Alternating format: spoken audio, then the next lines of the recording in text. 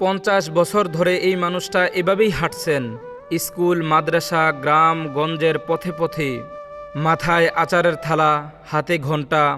শৈশবে যার শব্দ শুনে দৌড়ে যেতাম।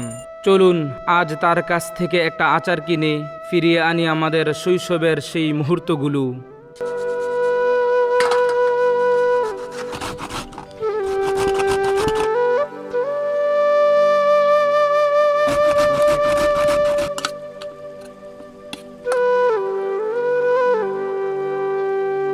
পরসঙ্গার ওনাকে দেখে ছোটবেলার কথা মনে পড়ে গেল। শৈশবে ওনার কাছ থেকে অনেক এভাবে আমরা আচার খাইতাম। এই জন্য ওনার হাতে বানানো আচার আজকে আবার ট্রাই করতেছি।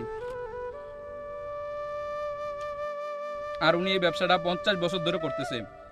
ওনার বাড়ি পরসঙ্গা আমাদের মহিচাল এলাকার, এমনকি আশেপাশে সবাই ওনাকে চিনে।